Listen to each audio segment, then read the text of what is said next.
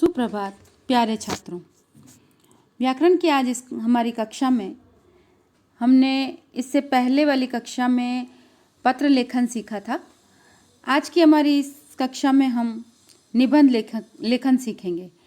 निबंध लेखन हमें यूँ लगता है कि क्या है, जो विषय दिया गया है उसके बारे में हमें लिखना है, जो हमें समझ में आता है वो हम लिख दें, लेकिन ऐसा होता नहीं है। निबंध लेखन अपने आप में एक कला है। ये हमारे रचनात्मक कार्यों में आती है। रचनात्मक कार्य का अर्थ ही यही होता है कि हम अपनी स्किल्स, हमारे अपने अंदर जो एक प्रभावशाली चीज़ हम क्या डाल सकते हैं निबंध में, वो हम लिखें। निबंध सभी जने लिखते हैं, लेकिन जब कहीं प्रतियोगिता होती है या आप एग्ज़ाम देते हैं तब आप देखते हैं कि एक ही निबंध में किसी को बहुत कम मार्क्स मिले होते हैं और किसी को पूरे में से पूरे मिले होते हैं। कहीं आपके निबंध के बारे में बात भी नहीं की जाती और कहीं आपके निबंध की बहुत सारी चर्चा हो जाती है, और उसके पीछे जो सबसे बड़ा कारण है निबंध लिखने की हमारी कला। निबंध का अर्थ है कि हमारे जो भी विचार है वो एक योजना के आधार पर बंधे हुए हों, एक निश्चित आधार पर बंधे हुए हों। हमारे विचारों को एक व्यवस्थित प्रकार से बांधना ही निबंध कहलाता है। निबंध लिखते वक्त विचारों को हमें क्रमबद्ध ध्यान से लिखना चाहिए और अपने विचारों को हम लिखकर प्रस्तुत करें। निबंध 4 प्रकार के होते हैं: वर्णनात्मक, भावात्मक, विचारात्मक और विवरणात्मक। नाम के आधार पर ही हमें पता चल जाता है। वर्णनात्मक निबंध, जहाँ हम किसी स्थान, प्रकृति या पदार्थ से संबंधित किसी वस्तु का वर्णन कर रहे हैं, मतलब उसके बारे में डिटेल में बता रहे हैं, तो ऐसे निबंध वर्णनात्मक कहलाते हैं। भावात्मक, जो हमारी भावनाओं से जुड़े हुए हैं। हमने ये भावात्मक शब्द हम बार बार पढ़ रहे हैं। अगर हम विस्मयादिबोधक शब्द पढ़ें या चिन्ह पढ़ें तो भी भावनाओं की बात आ जाती है। हम भाववाचक संज्ञा पढ़ें तो भी भाव की बात आ जाती है, यानी हमारे मन के विचारों की बात आ जाती है। तो जहाँ विषय के वर्णन में लेखक अपने भावों को और कल्पना को प्रधानता देता है, यानी मुख्य रूप से क्या लिखता है, अपनी भावनाओं को और कल्पनाओं को। इसमें अधिकतर लेखक खुद के बारे में बात करता है। ठीक है, निबंध लिखते वक्त यदि मैं चिड़िया होता, यदि मैं देश का राष्ट्रपति होता, ठीक है, मतलब कल्पना करना कि अगर मैं होता तो कैसा होता। अपनी भावनाओं को लिपिबद्ध कर लेना, लिखना भावात्मक निबंध कहलाता है। इसी प्रकार विचारात्मक निबंध वे कहलाए जाते हैं ऐसे विषय जिनके बारे में गहनता से अध्ययन किया जाए, विचार विमर्श किया जाए। ऐसे विषय होते हैं हमारी राजनीति, धार्मिक, सांस्कृतिक, कोई मनोवैज्ञानिक का विचार हैं, इस तरीके के जो भी विषय हैं जिन पर बहुत गहन विचार करने पड़ते हैं और उनके बारे में लिखा जाता है, तो उन्हें हम विचारात्मक। विवरणात्मक यानी किसी चीज़ का पूरा विवरण देना, ठीक है, और उसमें ऐसे जैसे कहीं पर्यटन पर हम गए घूमने फिरने, उसका हमने वर्णन कर दिया। कोई ऐसा साहसिक कार्य है जिसके बारे में हमने वर्णन किया है, कोई ऐतिहासिक घटनाओं के बारे में वर्णन करते हुए हम लिखते हैं, तो ऐसे हम निबंध लिखते हैं, तो उन्हें हम विवरणात्मक कहते हैं। उसके अलावा निबंध लिखते वक्त 3 बातें मुख्य होती हैं। निबंध को 3 मुख्य भागों में बांट दिया जाता है: प्रस्तावना, मध्य भाग और उपसंहार।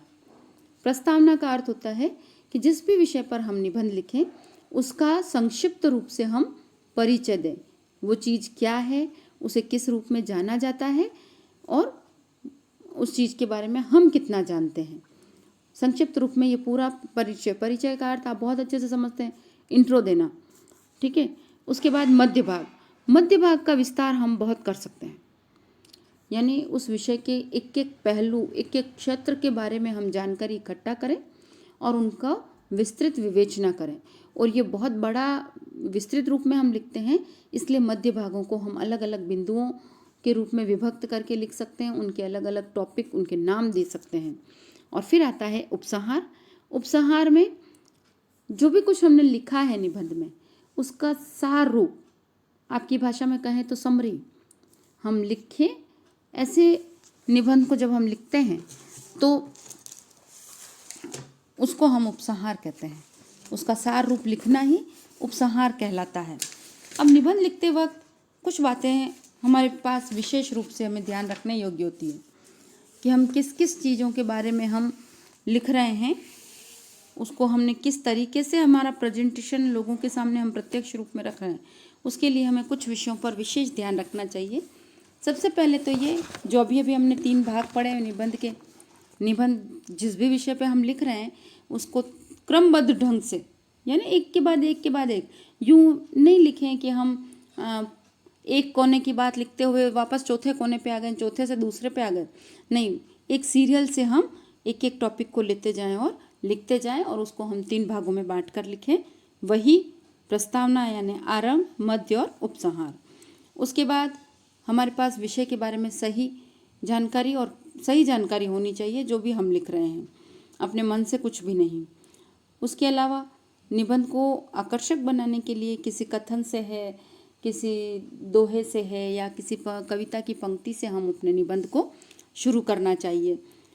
निबंध में हमारी वर्तनी यानी हमारी लिखावट बहुत सुंदर होनी चाहिए, शुद्ध होनी चाहिए। गलत लिखना और गलत बोलना दोनों ही हमारे ही आकर्षण को ख़त्म कर देते हैं, हमारे लिखने और बोलने दोनों के आकर्षण को ख़त्म करते हैं। उसी के साथ जब हम इतनी विस्तृत चीज़ लिखने जाते हैं तो उसमें जगह जगह पर हमें विराम चिन्हों की आवश्यकता होती है, तो जगह जगह पर हमें उचित विराम चिन्हों का प्रयोग भी करना चाहिए। इसके अलावा हमें निबंध की शब्द सीमा का ध्यान रखना चाहिए। ये भी नहीं कि हम निबंध बहुत छोटा लिख दें और ये भी नहीं कि कुछ ज़्यादा ही विस्तृत करके लिख दें कि पढ़ने वाला बोर हो जाए या उसके बारे में वो अपना आधा अधूरा पढ़कर छोड़ दे। ठीक है, इसके साथ ही हमारी भाषा बहुत ही सहज, सरल और प्रभावपूर्ण होनी चाहिए कि हमने जो भी लिखा है उसका प्रभाव सामने वाले की, पढ़ने वाले की मानसिकता पर पड़ना चाहिए। ये तो निबंध के बारे में विशेष बात है। अब जैसे मैं अगर ये कहूँ कि समय का सदुपयोग या समय के महत्व पर हम निबंध लिखें, तो सबसे पहले हम निबंध की समय की प्रस्तावना लिखेंगे। जैसा कि मैंने कहा 3 भागों में बांटना है। ठीक है, तो हम पहले समय क्या है, उसका हमारे जीवन में क्या मूल्य है और उसे हमें व्यर्थ नहीं बिताना है। कुछ लगभग 1 गद्यांश जितना हम इस बारे में लिखेंगे।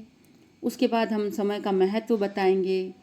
ठीक है, प्रकृति के साथ समय का अब मध्य लिख रहे हैं, तो मैं जैसे अपने समय के महत्व, समय के मध्य मतलब समय के सदुपयोग को मैं 3 भागों में बांट के लिख रही हूँ।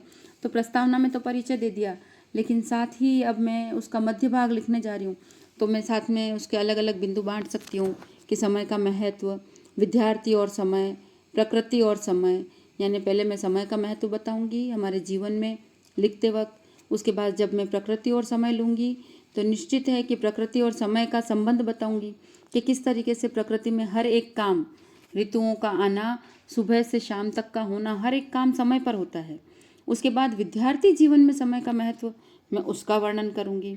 और उसके बाद लिखूँगी उपसंहार कि यार मनुष्य जीवन बहुत भाग्य से मिलता है और उसमें हमें समय का बहुत मूल्य होता है और हमें अपनी उन्नति के लिए समय का मूल्य समझकर समय के आधार पर कार्य करना चाहिए। इस तरीके से मैं एक निबंध पूरा लिख सकती हूँ। मुझे विश्वास है कि आपको निबंध लिखने के जो कौशल हैं आपको समझ में आए होंगे। और इसी के साथ मैं आपको 2 निबंध और दे रही हूँ, जो इन बिंदुओं को आधार बनाकर अपनी होमवर्क कॉपी में आप 2 निबंध अवश्य लिखेंगे।